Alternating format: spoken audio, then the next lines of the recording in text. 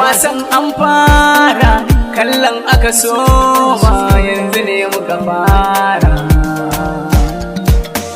Rayuwa sai da dabara, dan ni na yi muku zarra, na yi muku zarra. Sai ku bar guna guni lillahi, tsari ne ya tsara. Lallai shi ne ya tsara. Ɗaukaka nufin lillahi, barbacin ka ja layi. Ina da masoya har a Sokoto. Kanan daba na gida na da ita. Tarbiyya tushe na anan ya fito. Kauce malam na ce. Duka zanayi da harshe baki shi ke Taka malam da kwari, taka malam da kwari, lillahi shi ke yin ko.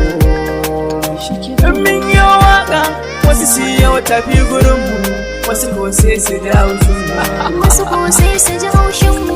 Dole za ku gan mu, kuma za ku bar mu, haƙuri za ku yi komai da lokaci. Dan na fara